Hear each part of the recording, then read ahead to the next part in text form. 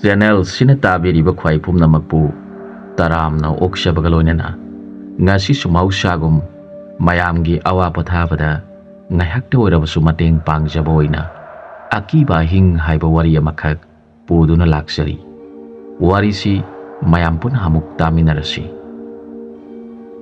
Bimol machin manau yamba imung amada poklobana sadru oiringai punsida maning ithung thungdana horakhi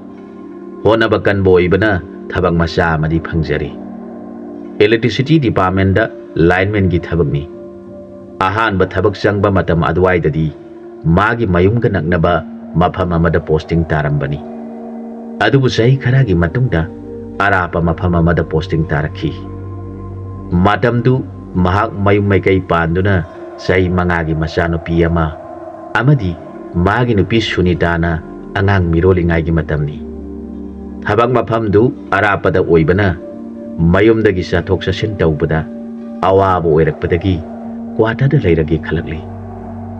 masin manau yambana thabak mafam quarter da leiruragi haibada mama mapana sukari su haidri chalo angang sing su pukro marak dai khogi nakta hek lau haiduna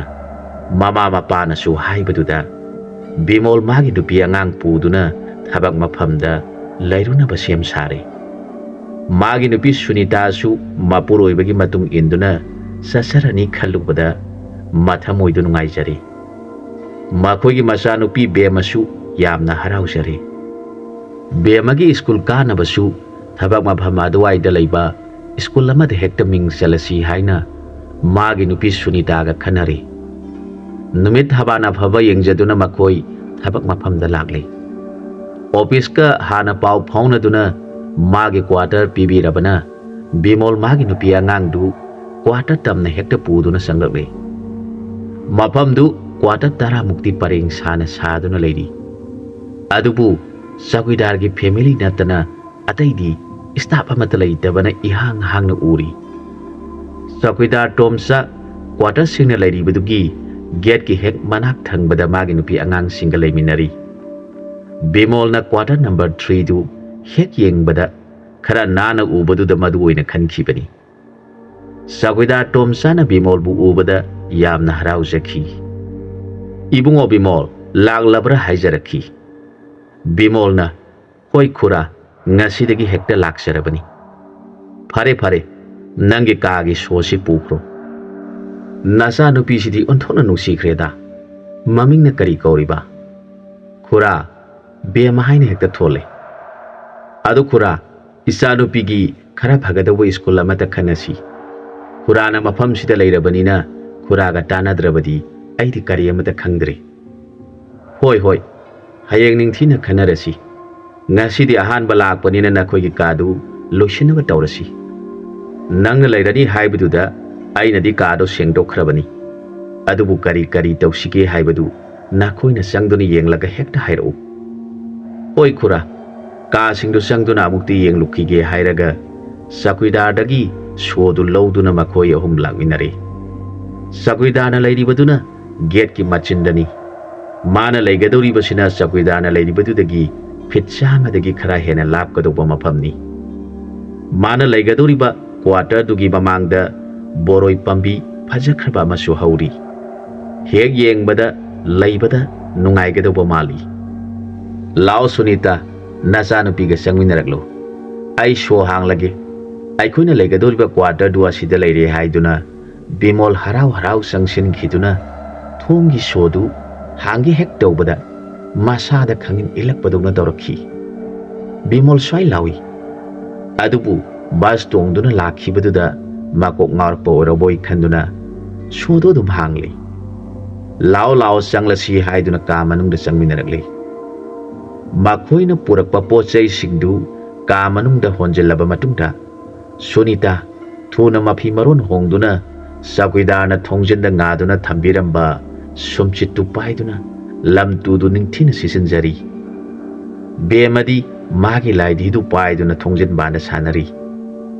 bimol su kisan oigaduri ba mafam du sangduna yenglaba matungda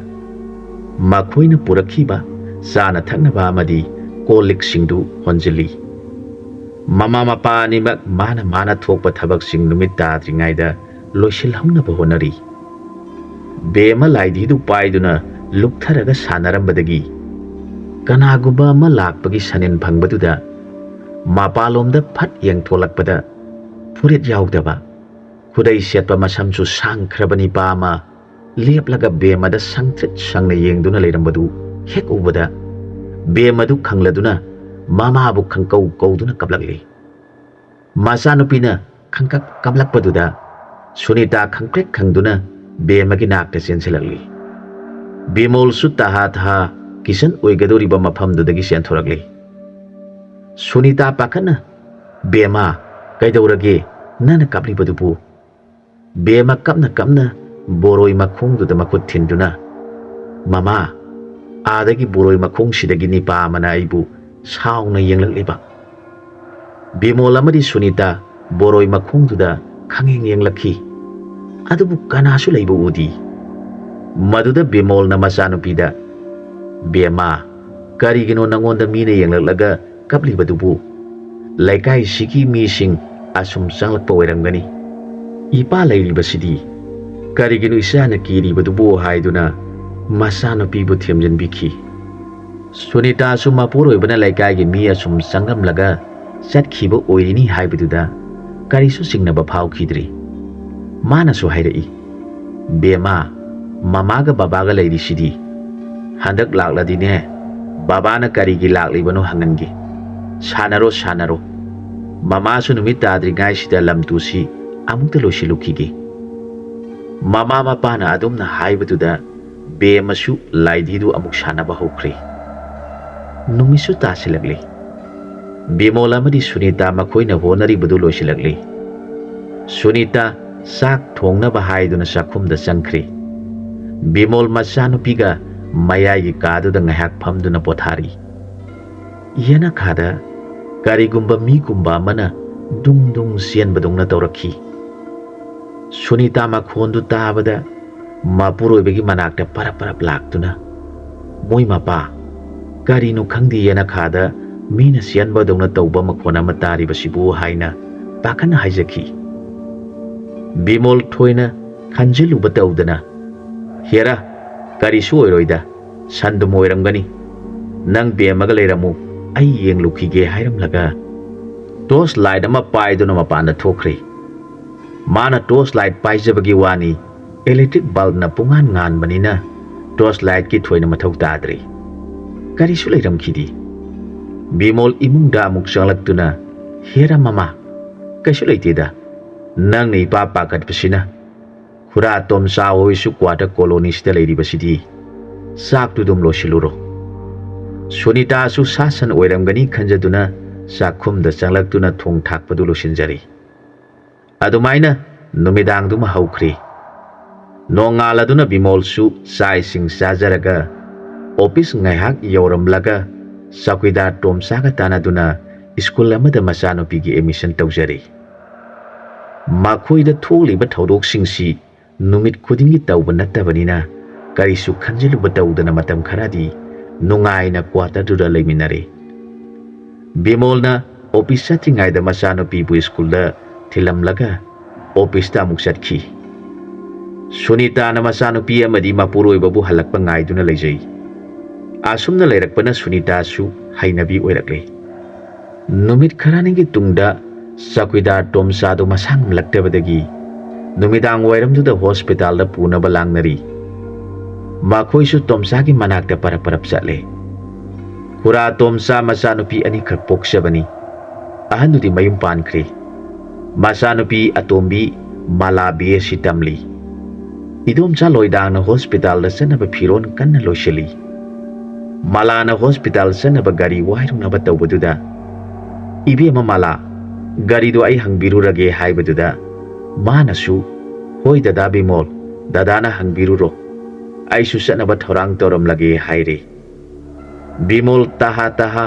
behenama wairuduna yaurakle sakwida tomsadu magi phamungdagi makoi mayam changduna pungduna puthorakle tomsa sordu yamna wana holi sor honba wabagi leina mali Ben manungda hibalaba matungda Bimolna hairakhi. Khura, aishu yauduna sasaningbani. Adubu namau nupi sishu masa wai sangdabaga isa nupi sishu angang oibanina makhoi ngakta leihobada nungairoidra khanjabasida ai yaujaba ngamjadri. Ibema mala tangai phadrabadi hekta phone tawrau nabungsu langnaba tawgi. Tomcha sursangna holaga ibungo Bimol khura kaisu tawroida. Angang singdu yumdagi mapan thondana seksina leminaramu. Nadom zaga nachanubi kasu yauri basidi. Nakhoi seksina leiramu ko hairam laga ben driver na gari thaubu haukre. Tom sana hairam liba wata adu Bimol matai manaudu karisu thoina khantharu batorudi. Ahana moina makha taba masa mamauda seksina leiu hairam bani khanjaki. Bimol na quarter colony dugi get to tinglamlaga masanupi bemabu pangkhachaduna Sunita ga loinana makhoigi quarter da langminare. Numisu tasilaglabana Sunita na sa ising thongjaduna makhoi saba thakpa loiduna tibing hak yengduna leijakhi. Khanghaudana sakuida Tomsagi quarter gi yumthakta darang lauba makhola mataragle. Sunita ipapa kachei manakta phamliba mapuroibada muna yengjai. Bimol su karino mawong amani na khalai. Ngaihaki tungda makhoina leiriba quarter romda dang launa kanna selaglibadu makhoina tari. Dung launa selaglaga makhoigi londuna thamliba thongjaududa git namlagle. Sunita di pakat khibana masano pibu sijet konsinduna mapuroibada tapnapsinduna humangana pikaraga leikri. Thongdu git namlaklaga makhoigi yumthakta dam launa tarakli. Yumthaktuda darang launa selakli. Bimoldu tafam khangdre. Masidi mawong amani na khali. Magi nupi angangna yamna kiribudu uraga mathwaidu yamna nungairaktre. Mahaksu kibadi phau yadubu mahakna kiba ulabadi magi nupi angangdu hena pakhatkragani khanduna Sunita karisu oiroida ai thong hangduna yenglukike.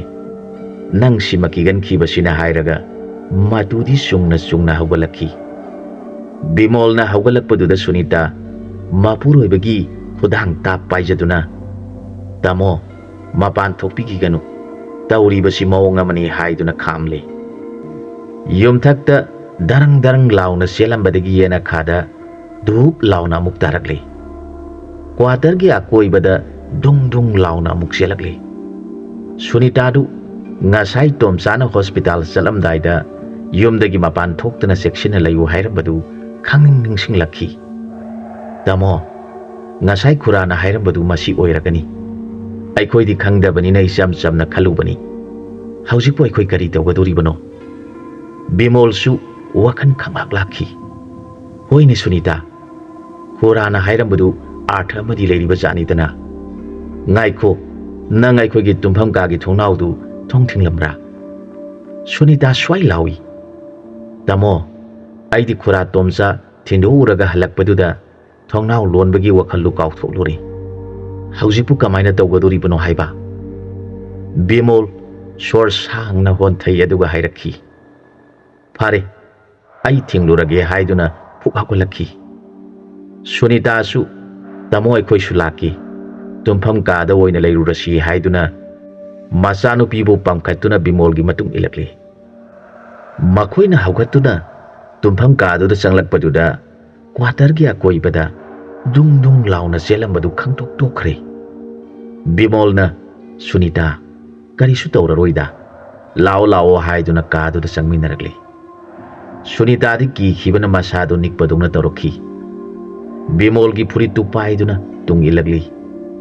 Bimol thongnau mayada sangsilakli. Sunita su angangdu pamna Bimolgi matung adum inarakli. Hangduna leiriba thongnaudu thingnaba hek tawrubada thongnau mayaduda mi ama leptuna leiribadu khangu urakhi. Masam manai sangi furileti khudai ama setli. Bimolda yamna shauna yengduna leiramli. Bimoldu saktamdu urubada swai laukre. masadu swai swai lauraga thongnaudu khangthing thingjali sunita di mapuroibagi matungda leptuna leibana saktamdu uhaudre thongnaudu thinglaba matungda sor sangna holaga sunita aigi phone du nangbu ubra hanglakhi bimol na adum hairakpaduda sunita du hena pakatkhri tamo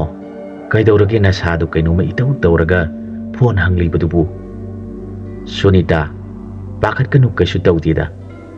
office ki staff singda sum phone tawsira khanba ado phone du nangbu ubra haibane bimol magi nupida mana ukhiba thonau mayada mi ama leptuna leiribadu tak thoktre sunita na pakhana asum yenglakpada tamo phone mon mayada leire makoidu phamungda phamdharaga magi staff singda phone tawnaba yenglubada network amata phanglamdre thongnau duda git amuk namlakle bimol tafam khan khidre mana pakhatpagi mawong ullabadi magi nupidu hena pakhatkragani khanduna magi nupi yenglaga hairakhi sunita nangbu yamna kirabrane kaisu toroida ai leiri sidi bema baba leiri sidi kaisu toroida mi kaya lainadaba mafamnina saw seksing oirangbani bemadi mamana kibaduda masu khiduna ngasaidagi mamada sejet konsenduna leiribani bimoldu kari upai tausige khanduna ngayaktang tumina leiraga khanghaudana sunita aikhoina nahan yomdagi khujo laikham purakhibadu kadaida thamkhre sunita su mapuroibana hairakpaduda khangning ningsinglagli hoine tamo aisu ngasai makai ikaw kawruri aikhoina purakpa bag tuda adum yauribani phare sunita ai khujo laikham tharaklagi kaisu toroida hairaga bimol phuk hagot khiduna bag tu dagi khojulai kham du lokthok tuna mai tharakle khojulai kham du hek tharak paduda thongnau da git namlam badu tokre bimol du ahing tu matang satlabadi khanduna arai ba khojulai kham sing du loina thadoktana khaktuna thamli quarter manung da khojulai kham manam kan khalak padagi dung launa kan na sian khibagi makholama amuk tarakle ngaihaki tungda tomsagi quarter gi yum thakta dung launa ta khibagi makol lama tarakle matai manaudu amana amada yengnarami wadi amata nangnadri makhoina purakpa khujulai khamdu nongan ba phawba sanaba phi ama segai duna maduda macet hablaga sangna tasinduna madubu mai sukhale madugi tungdadi karisu torkhidri adubu makhoi mamitu wishilu haiba yadre pigliba machanupibu matambakta tumhanduna nongan ba ngaiduna ahingduma matai manaudu wana lele nongan phung torpa duwaida phone khanglak nongalamdai oibana matai manaudu waraktuna uirum toruba tanjani phone lakpagi makholduda makhoi animak khangprek khangi bimol phone du ta paiduna yenglubada khura tomsa oiramki phone hek receive tawbaga khura tomsa na ibungo bimol khurani pakatkanu khura su khara phare numidang da nakhoina waramgadu budu khalubada khura su laita pham khangdi aikoi haujik ayuk halaklaga dobani khura laklaga pumnamak phanaba silage hairakpaduda bimol haifam tawpham khangdi maduda tomsana phare khura laklagani hairaga phone du thamkhri sunita mapuroibada yenglaga kanano tawraklibadu bo hangjarakhi khura tomsani mage anabadu khara phare haujik ayuk halaklagani hairi numidang du waram lagani pakatkanu su hairi bimol mage nupida paudu tambada tamo nongal thorakpaga aikoi bharadara kainoma thiraga leirurasi mafam sida sum leiba haibasi ayamna pakale hoi sunita aisu adumna khallibani aina office satkhiba bema su school satkhiba nangna mafam sida nathanta leihobadu aisu pamdre adubu khura tomsa halakpa phawbadandi ngaikisi magi wangangdu mana karigba khanadi khangli ꯀꯔꯤꯅꯣ ꯍꯥꯏꯕꯗꯨꯗꯪꯗꯤ ꯈꯪꯈꯤꯁꯤ ꯁꯨꯅꯤꯇꯥꯗꯨ ꯃꯊꯃꯣꯏꯅ ꯌꯥꯅꯤꯡꯗ꯭ꯔꯕꯁꯨ ꯃꯄꯨꯔꯣꯏꯕꯅ ꯍꯥꯏꯕꯗꯨꯗ ꯑꯌꯨꯛꯁꯤꯃꯗꯤ ꯌꯦꯡꯂꯁꯤ ꯀꯔꯤꯒꯨꯝꯕ ꯑꯌꯨꯛꯀꯤ ꯃꯇꯝꯁꯤꯗ ꯈꯨꯔꯥ ꯇꯣꯝꯆꯥ ꯍꯜꯂꯛꯇ꯭ꯔꯕꯗꯤ ꯃꯐꯝ ꯑꯃꯗ ꯍꯣꯡꯍꯧꯔꯁꯤ ꯍꯥꯏꯅ ꯃꯄꯨꯔꯣꯏꯕꯗ ꯍꯥꯏꯕꯗ ꯕꯤꯃꯣꯜꯁꯨ ꯌꯥꯔꯦ ꯅꯣꯡ ꯄꯨꯡꯉꯥꯟ ꯉꯥꯟꯁꯤꯜꯂꯛꯂꯦ ꯑꯗꯨꯕꯨ ꯊꯣꯡ ꯍꯥꯡꯗꯨꯅ ꯃꯄꯥꯟꯗ ꯊꯣꯛꯀꯗꯧꯕ ꯐꯥꯎꯕ ꯇꯜꯂꯕꯅꯤ ꯑꯗꯨꯕꯨ ꯕꯤꯃꯣꯜꯗꯨ ꯍꯦꯔꯥ ꯅꯣꯡ ꯉꯥꯜꯂꯕꯁꯤꯗꯕꯨ ꯃꯥꯅ ꯀꯔꯤꯕꯨ ꯇꯧꯒꯗꯧꯕꯅꯣ ꯈꯟꯗꯨꯅ ꯊꯣꯡꯗꯨ ꯇꯞꯅ ꯍꯥꯡꯂꯤ ꯀꯔꯤꯁꯨ ꯂꯩꯕ ꯎꯗꯦ ꯁꯨꯅꯤꯇꯥ ꯕꯦꯝ ꯑꯗꯨ ꯍꯧꯗꯣꯛꯄꯤꯔꯣ ꯆꯤꯟꯌꯥ ꯁꯦꯡꯗꯣꯛꯅꯔꯒ ꯈꯨꯔꯥ ꯇꯣꯝꯆꯥ ꯍꯜꯂꯛꯄ ꯉꯥꯏꯔꯁꯤ ꯍꯥꯏꯕꯗꯨꯗ ꯁꯨꯅꯤꯇꯥꯁꯨ ꯃꯆꯥꯅꯨꯄꯤꯕꯨ ꯍꯧꯗꯣꯛꯂꯦ ꯃꯈꯣꯏ ꯃꯆꯤꯟ ꯃꯌꯥ ꯁꯦꯡꯂꯗꯨꯅ ꯀ꯭ꯋꯥꯇꯔꯗꯨꯒꯤ ꯕꯦꯔꯟꯗꯥꯗ ꯄꯨꯂꯞ ꯐꯝꯗꯨꯅ ꯇꯣꯝꯆꯥꯅ ꯍꯜꯂꯛꯄ ꯉꯥꯏꯔꯤ ꯉꯥꯏꯍꯥꯛꯀꯤ ꯇꯨꯡꯗ ꯒꯦꯠꯇ ꯒꯥꯔꯤ ꯂꯥꯛꯄꯒꯤ ꯃꯈꯣꯜ ꯇꯥꯔꯛꯈꯤ ꯕꯤꯃꯣꯜ ꯃꯆꯥꯅꯨꯄꯤꯕꯨ ꯄꯝꯈꯠꯂꯒ ꯁꯨꯅꯤꯇꯥ ꯈꯨꯔꯥ ꯇꯣꯝꯆꯥ ꯂꯥꯛꯄ ꯃꯥꯜꯂꯤ ꯒꯦꯠ ꯍꯥꯡꯂꯨꯔꯁꯤ ꯍꯥꯏꯕꯗꯨꯗ ꯁꯨꯅꯤꯇꯥꯁꯨ ꯃꯄꯨꯔꯣꯏꯕꯒꯤ ꯃꯇꯨꯡ ꯄꯔꯞ ꯄꯔꯞ ꯏꯜꯂꯛꯂꯤ ꯃꯈꯣꯏ ꯑꯍꯨꯝ ꯒꯦꯠ ꯍꯦꯛ ꯌꯧꯕꯒ ꯒꯦꯠꯇꯨ ꯍꯥꯡꯂꯦ ꯇꯣꯝꯆꯥ ꯒꯥꯔꯤꯗꯒꯤ ꯍꯥꯟꯅ ꯀꯨꯝꯊꯗꯨꯅ ꯂꯦꯞꯇꯨꯅ ꯂꯩꯔꯝꯂꯦ ꯃꯈꯣꯏ ꯑꯍꯨꯝꯕꯨ ꯎꯕꯗ ꯇꯣꯝꯆꯥ ꯌꯥꯝꯅ ꯍꯔꯥꯎꯖꯈꯤ ꯃꯈꯣꯏꯅ ꯇꯣꯡꯂꯛꯄ ꯒꯥꯔꯤꯗꯨꯁꯨ ꯍꯟꯈ꯭ꯔꯦ ꯇꯣꯝꯆꯥꯒꯤ ꯅꯨꯄꯤ ꯑꯃꯗꯤ ꯃꯆꯥꯅꯨꯄꯤ ꯃꯂꯥꯁꯨ ꯆꯪꯃꯤꯟꯅꯔꯛꯂꯦ ꯇꯣꯝꯆꯥ ꯇꯍꯥ ꯇꯍꯥ ꯇꯧꯗꯨꯅ ꯃꯥꯒꯤ ꯅꯨꯄꯤ ꯌꯦꯡꯂꯒ ꯃꯃꯥ ꯄꯣꯠ ꯆꯩ ꯊꯧꯔꯥꯡ ꯇꯧꯔꯛꯂꯣ ꯑꯩ ꯅꯥꯕꯒ ꯆꯪꯗ꯭ꯔꯦ ꯍꯥꯏꯕꯗꯨꯗ ꯇꯣꯝꯆꯥꯒꯤ ꯅꯨꯄꯤꯗꯨ ꯄꯔꯞ ꯄꯔꯞ ꯇꯧꯗꯨꯅ ꯍꯩ ꯂꯩ ꯑꯊꯨꯝ ꯑꯍꯥꯎ ꯈꯔ ꯂꯥꯡꯖꯗꯨꯅ ꯌꯥꯡꯀꯣꯛꯇ ꯍꯥꯞꯇꯨꯅ ꯄꯨꯊꯣꯔꯛꯂꯦ ꯇꯣꯝꯆꯥꯁꯨ ꯊꯨꯅꯃꯛ ꯈꯨꯗꯩ ꯍꯣꯡꯗꯨꯅ ꯌꯥꯡꯀꯣꯛꯇꯨ ꯄꯨꯔꯒ ꯕꯣꯀꯨꯜ ꯄꯥꯝꯕꯤ ꯑꯃ ꯍꯧꯔꯤꯕꯗꯨꯒꯤ ꯃꯈꯣꯡꯗ ꯆꯪꯈꯤꯗꯨꯅ ꯄꯣꯠ ꯆꯩꯁꯤꯡꯗꯨ ꯊꯥꯗꯨꯅ ꯂꯥꯏꯁꯣꯟ ꯇꯤꯟꯁꯣꯟ ꯇꯧꯈ꯭ꯔꯦ ꯕꯤꯃꯣꯜ ꯑꯃꯗꯤ ꯁꯨꯅꯤꯇꯥ ꯑꯉꯛꯄ ꯐꯥꯎꯗꯨꯅ ꯇꯣꯝꯆꯥꯗ ꯃꯨꯟꯅ ꯌꯦꯡꯗꯨꯅ ꯂꯩꯔꯤ ꯂꯥꯏ ꯈꯨꯔꯨꯝꯕ ꯂꯣꯏꯔꯗꯨꯅ ꯇꯣꯝꯆꯥ ꯌꯥꯡꯀꯣꯛꯇꯨ ꯄꯥꯏꯗꯨꯅ ꯆꯪꯂꯛꯂꯤ ꯃꯈꯣꯏ ꯄꯨꯝꯅꯃꯛ ꯐꯝꯃꯤꯟꯅꯔꯕ ꯃꯇꯨꯡꯗ ꯕꯤꯃꯣꯜꯅ ꯇꯣꯝꯆꯥ ꯌꯦꯡꯂꯒ ꯍꯥꯏꯔꯛꯈꯤ ꯈꯨꯔꯥ ꯇꯧꯔꯤꯕ ꯃꯑꯣꯡꯁꯤꯕꯨ ꯀꯔꯝꯅ ꯑꯣꯏꯔꯤꯕꯅꯣ ꯑꯩꯈꯣꯏ ꯃꯐꯝꯁꯤ ꯊꯥꯗꯣꯛꯇꯨꯅ ꯚꯔꯥꯗ ꯂꯩꯔꯨꯅꯕ ꯈꯟꯅꯔꯕꯅꯤ ꯑꯗꯨꯕꯨ ꯈꯨꯔꯥ ꯂꯥꯛꯄ ꯐꯥꯎꯕꯗꯪꯗꯤ ꯉꯥꯏꯈꯤꯁꯤ ꯈꯟꯅꯗꯨꯅ ꯂꯩꯖꯔꯝꯂꯤꯕꯅꯤ ꯇꯣꯝꯆꯥ ꯃꯃꯤꯠꯇꯒꯤ ꯃꯄꯤ ꯇꯥꯔꯒ ꯕꯤꯃꯣꯜꯗ ꯌꯦꯡꯂꯒ ꯍꯥꯏꯔꯛꯈꯤ ꯏꯕꯨꯡꯉꯣ ꯕꯤꯃꯣꯜ ꯋꯥꯐꯝꯁꯤ ꯈꯨꯔꯥꯅ ꯍꯥꯟꯅ ꯅꯈꯣꯏꯗ ꯍꯥꯏꯗꯣꯛꯂꯝꯕꯁꯨ ꯌꯥꯕꯅꯤ ꯑꯗꯨꯕꯨ ꯅꯈꯣꯏ ꯀ꯭ꯋꯥꯇꯔꯁꯤꯗ ꯂꯩꯖꯔꯕꯗꯤ ꯚꯔꯥꯒꯤ ꯀꯥ ꯂꯧꯕꯗ ꯆꯪꯒꯗꯧꯕ ꯄꯩꯁꯥꯗꯨ ꯈꯔꯗꯤ ꯀꯟꯕ ꯉꯝꯖꯒꯅꯤ ꯈꯟꯗꯨꯅ ꯍꯥꯏꯗꯣꯛꯈꯤꯗꯕꯅꯤ ꯑꯩꯅ ꯍꯥꯟꯅ ꯍꯥꯏꯗꯣꯛꯂꯝꯕ ꯇꯥꯔꯕꯗꯤ ꯅꯈꯣꯏ ꯃꯐꯝꯁꯤꯗ ꯂꯩꯅꯤꯡꯂꯣꯏ ꯃꯗꯨꯒꯤꯗꯃꯛ ꯈꯨꯔꯥꯕꯨ ꯁꯥꯎꯅꯤꯡꯕ ꯄꯣꯛꯂꯒꯅꯨ ꯅꯈꯣꯏꯅ ꯉꯔꯥꯡ ꯅꯨꯃꯤꯗꯥꯡ ꯊꯦꯡꯅꯔꯝꯒꯗꯧꯕꯗꯨ ꯈꯜꯂꯨꯕꯗ ꯑꯩꯍꯥꯛꯁꯨ ꯍꯣꯁꯄꯤꯇꯥꯜꯗ ꯇꯨꯝꯐꯝ ꯈꯪꯈꯤꯗꯦ ꯈꯨꯔꯥꯒꯤ ꯂꯥꯏꯕꯛ ꯊꯤꯔꯕ ꯋꯥꯔꯤꯁꯤ ꯂꯤꯔꯛꯂꯒꯦ ꯇꯥꯔꯣ ꯑꯩꯈꯣꯏꯅ ꯂꯩꯔꯤꯕ ꯀ꯭ꯋꯥꯇꯔꯁꯤꯡꯁꯤ ꯉꯁꯤꯗꯒꯤ ꯆꯍꯤ 15ꯃꯨꯛꯀꯤ ꯃꯃꯥꯡꯗ ꯁꯥꯈꯤꯕꯅꯤ ꯍꯥꯟꯅꯗꯤ ꯏꯁꯣꯡ ꯁꯣꯡꯗꯨꯅ ꯂꯝꯍꯥꯡ ꯑꯣꯏꯅ ꯂꯩꯔꯝꯕꯅꯤ ꯑꯩꯅ ꯂꯥꯏ ꯈꯨꯔꯨꯝꯂꯤꯕ ꯕꯣꯀꯨꯜ ꯄꯥꯝꯕꯤꯁꯤ ꯍꯥꯟꯅꯗꯒꯤ ꯍꯧꯗꯨꯅ ꯂꯩꯔꯝꯂꯕꯅꯤ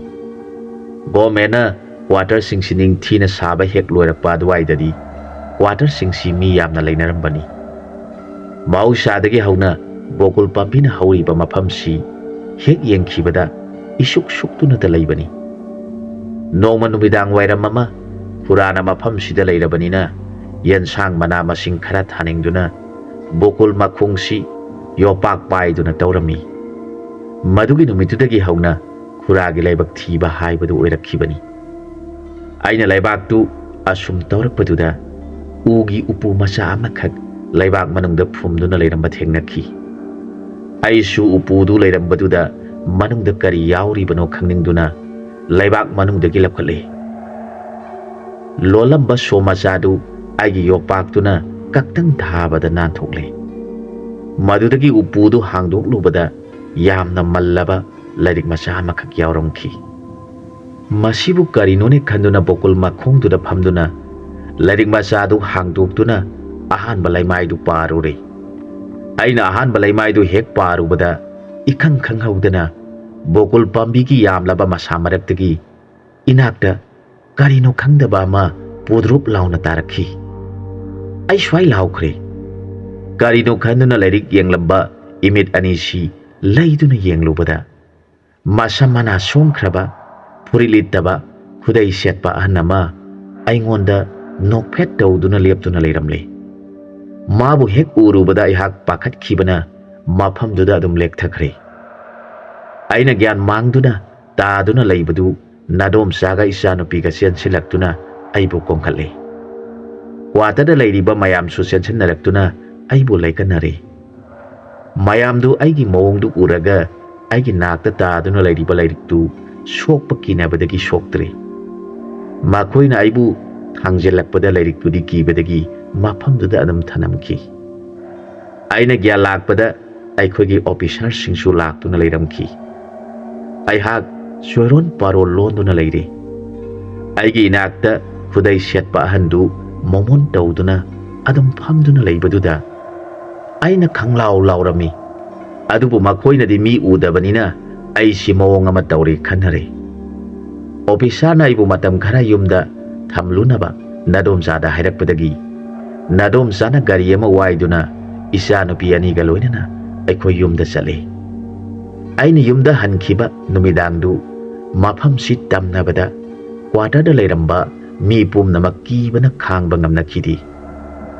Bokol pambi makhung sidagi numit hek takhibadagi khudai setpa ahandu senthoraklaga makhogi yumthaksingda songduna sanarakpaduda nupi angangsingdi kapnaduna khangnakhi hai. Nonganbaga makhoi pumnamak kinabadagi mafamsi thadokduna chanakhre. Aigi yumdasu mawong amani. Numit hek takhibaga yana kha koibadu dung dung launa hekta seli. Yumlonaba pumnamaksu kibana numit hek takhibada mapan thokna khidre. Nungthilgi matamdadi karisu thoina tawramdi. Nong maninigi matungda aisu khara pharakle khanduna office sanaba aigi scooter du sangoidagi inthokle. Nadom sada ai kuirak loing haktang di office yorurage hairamlaga scooter du ki kauduna thaudorakle. Aikhoi thongal hek lan thorakpaga aigi gari maning si khanglom lom tharakhi. Gari no khanduna tunglomda yenglubada khudai setpa handu maningi situda phamlaga makutuna aigi lengjumda thamlaga momon tawduna leirambadu ubada ai swai laukhre. Ima gari no sidi haiduna nervous satkibadagi scooter ge seller du khanglei lekhalubadagi aihak khongbanda dum yungshele. Nadom sana haibada aihak iyada kungon kaduna sin yasi karak siksinduna leiramki hai. Makhoi mayam sen thoraktuna aibu yumda thangjele hai. Nadom sana telephone tawduna office ta su thaudok to khangan badagi aikhoi gi officer madi staff singsu aina gyan tarakpada aikhoi da aigi nakta ikoi koina phamduna leiramki. Laikai gi ahal laman singsu laktuna leiramki. Laikai gi ahan singna takpi badagi maming satpa maiba ma aikhoi gi staff singna thiruduna porakle. Maibadu maming yamna satpa maibani. Mahak hek lakpaga Ningthau mamangda changkhiduna lai khurumlaba matungda mahak aikhoi gi nakta thoraktuna thariba phidaduda phamlaga asumna takpirakhi. Ibungo tomsa nangi natungda inaduna leiriba laisi kanagumba maiba mana sanaramba laini. Mahakna siramdaida leiriktu bokol pambidugi makhongda phumduna thanambani. Nangna khangdabanina leiriktu parubadagi hojikti laisi nangi amu oirabani. Aina khangjaba ihaisinadi mabu loisinba ngamlaroi. Laibak shawi kanagumba laisibu loisinba ngamba ojasing leirabadi mabu loisinkiba yagani. Adubu ainadi ngamlaroi. Hairiba khangai singdu thengnadriba phawba nangi awaba si khara phanaba nangna thengnaruba leiriktu loruduna madubu ningthina paraga magi machinjak thadoktuna nangi lai oina loina naba laiwa sing iramgani. Adumna tawdrabadi nahak punsiraroi takpire. Madugi matungda maibaduga loina na aikhoi mayam quarter duda lagle. Bokol makhongda sangduna yengbada lairiktu thengnare. Lairiktu poraktuna aikhoi yumda amuk halakle. Aigi mapokta tamkhibenani khanjaduna lairiktu hangdoktuna iramliba pumnamak loina pare. Laidugi machinjak thadoknaba ꯂꯩꯋꯥ ꯄꯨꯝꯅꯃꯛ ꯌꯥꯎꯔꯝꯈꯤ꯫ ꯑꯩꯅ ꯏꯔꯝꯂꯤꯕꯁꯤꯡꯗꯨꯒꯤ ꯃꯇꯨꯡ ꯏꯟꯅ ꯌꯥꯡꯀꯣꯛꯇ ꯄꯣꯠꯂꯝꯁꯤꯡꯗꯨ ꯍꯥꯞꯇꯨꯅ ꯀꯣꯟꯊꯣꯡ ꯋꯥꯡꯃꯗ ꯊꯥꯗꯣꯛꯂꯦ꯫ ꯃꯗꯨꯗ ꯈꯨꯗꯩ ꯁꯦꯠꯄ ꯑꯍꯟꯗꯨ ꯅꯣꯛꯃꯤ ꯅꯣꯛꯃꯤ ꯇꯧꯗꯨꯅ ꯑꯩꯕꯨ ꯅꯨꯡꯁꯤꯅ ꯌꯦꯡꯂꯛꯈꯤ꯫ ꯃꯌꯥꯝꯗꯨꯅꯗꯤ ꯃꯥꯕꯨ ꯎꯕ ꯅꯠꯇꯦ꯫ ꯅꯨꯃꯤꯠ ꯈꯔꯅꯤ ꯑꯗꯨꯝꯅ ꯇꯧꯔꯛꯂꯕꯒꯤ ꯇꯨꯡꯗ ꯑꯩꯍꯥꯛ ꯃꯥꯕꯨ ꯎꯕꯗ ꯊꯣꯏꯅ ꯀꯤꯕ ꯐꯥꯎꯈꯤꯗ꯭ꯔꯦ꯫ ꯑꯗꯨꯕꯨ ꯅꯨꯡꯇꯤꯒꯤ ꯌꯥꯡꯀꯣꯛ ꯄꯥꯏꯗꯨꯅ ꯅꯨꯃꯤꯗꯥꯡꯗ ꯀꯣꯟꯊꯣꯡꯗ ꯍꯦꯛ ꯍꯦꯛ ꯂꯥꯏꯁꯣꯟ ꯇꯤꯟꯁꯣꯟ ꯇꯧꯕꯗꯨ ꯊꯪꯅꯕ ꯌꯨꯝꯂꯣꯟꯅꯕꯁꯤꯡꯅ ꯌꯥꯝꯅ ꯀꯤꯕ ꯑꯃꯗꯤ ꯑꯩꯕꯨ ꯁꯥꯎꯅꯤꯡꯕꯗꯨ ꯎꯔꯒ ꯅꯗꯣꯝꯆꯥꯒ ꯇꯥꯟꯅꯗꯨꯅ ꯑꯩꯒꯤ ꯃꯄꯣꯛꯇ ꯇꯝꯈꯤꯕꯅꯅꯤ, ꯎꯄꯥꯏ ꯂꯩꯔꯔꯣꯏ, ꯑꯩꯈꯣꯏ ꯀ꯭ꯋꯥꯇꯔꯗ ꯍꯟꯈ꯭ꯔꯁꯤ, ꯃꯤꯅꯁꯨ ꯎꯔꯣꯏꯗꯕ ꯕꯣꯀꯨꯜ ꯃꯈꯣꯡꯗꯨꯗ ꯑꯣꯏꯅ ꯊꯧꯔꯝꯁꯤꯡꯗꯨ ꯇꯧꯔꯨꯔꯁꯤ ꯈꯟꯅꯕꯗꯒꯤ ꯑꯩꯈꯣꯏꯒꯤ ꯑꯣꯐꯤꯁꯥꯔꯗꯒꯤ ꯑꯌꯥꯕ ꯂꯧꯔꯒ ꯀ꯭ꯋꯥꯇꯔꯁꯤꯗ ꯑꯃꯨꯛ ꯍꯜꯂꯛꯈꯤꯕꯅꯤ꯫ ꯑꯩꯈꯣꯏꯒꯤ ꯑꯣꯐꯤꯁꯥꯔꯅꯁꯨ ꯀ꯭ꯋꯥꯇꯔꯗꯒꯤ ꯍꯧꯔꯛꯈꯤꯕ ꯊꯧꯗꯣꯛ ꯑꯣꯏꯕꯅ ꯑꯩꯅ ꯕꯣꯀꯨꯜ ꯃꯈꯣꯡꯗ ꯂꯩꯋꯥ ꯇꯤꯟꯋꯥ ꯁꯥꯟꯅꯕꯗ ꯀꯔꯤꯁꯨ ꯍꯥꯏꯗꯅ ꯉꯁꯤ ꯐꯥꯎꯕ ꯂꯩꯔꯛꯂꯤꯕꯅꯤ꯫ ꯏꯕꯨꯡꯉꯣ ꯕꯤꯃꯣꯜ, ꯉꯔꯥꯡꯗꯨ ꯑꯩꯅ ꯅꯥꯗꯨꯅ ꯍꯣꯁꯄꯤꯇꯥꯜ ꯆꯠꯄꯗꯨꯗ ꯅꯗꯣꯝꯆꯥꯁꯨ ꯌꯥꯎꯔꯦꯗꯣ꯫ ꯅꯗꯣꯝꯆꯥ ꯂꯩꯍꯧꯔꯕꯗꯤ ꯂꯥꯏꯁꯣꯟ ꯇꯤꯟꯁꯣꯟ ꯇꯧꯗ꯭ꯔꯕꯁꯨ ꯃꯥꯒꯤ ꯃꯆꯤꯟꯖꯥꯛ ꯈꯔ ꯂꯥꯇꯣꯟ ꯑꯃꯗ ꯊꯥꯗꯣꯛꯂꯝꯂꯕꯗꯤ ꯑꯗꯨꯝꯅ ꯇꯧꯔꯝꯂꯣꯏꯗꯕꯅꯤ꯫ ꯑꯩꯁꯨ ꯁꯣꯔ ꯐꯨꯟꯗꯨꯅ ꯋꯥꯅ ꯈꯥꯡꯕꯗꯨꯗ ꯍꯣꯁꯄꯤꯇꯥꯜꯗꯪ ꯌꯧꯍꯧꯔꯕꯗꯤ ꯈꯟꯗꯨꯅ ꯑꯗꯨꯝ ꯆꯠꯂꯦꯗꯣ꯫ ꯃꯁꯤꯅꯤ ꯏꯕꯨꯡꯉꯣ ꯕꯤꯃꯣꯜ, ꯂꯥꯏꯕꯛ ꯊꯤꯔꯕ ꯅꯪꯒꯤ ꯈꯨꯔꯥꯒꯤ ꯋꯥꯔꯤ꯫